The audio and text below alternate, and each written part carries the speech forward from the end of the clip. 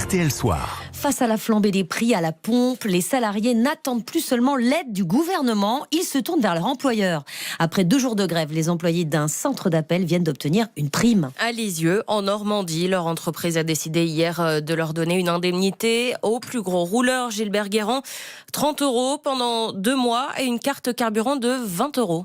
Ils sont 44 à bénéficier de cette indemnité négociée entre employeurs et syndicats.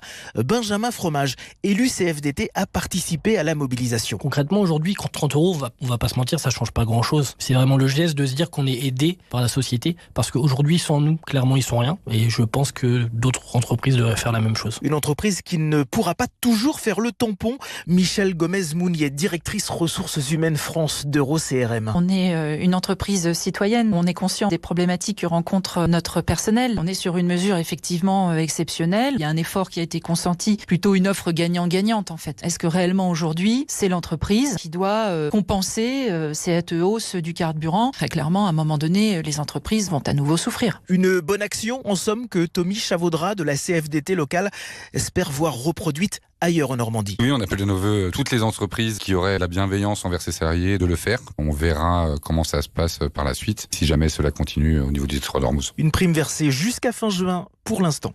Gilbert Guérand notait aussi que Total Energy a